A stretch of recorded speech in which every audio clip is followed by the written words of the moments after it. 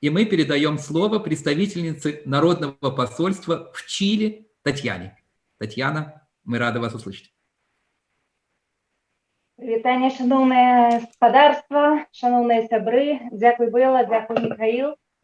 Вас вітає беларуская дыяспора ў Чылі, краіна, якая мне б хацелася болей, каб яна асацыявалася з дамейкай, з Ігнатам дамейкай, чым з пратэстамі, але гэта наша рэчаіснасць.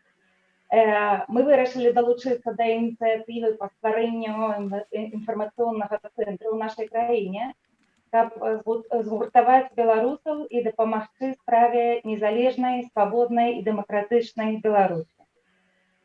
Hoy, 10 de diciembre de 2020, estamos abriendo el Centro Informativo de Belarus en la República de Chile.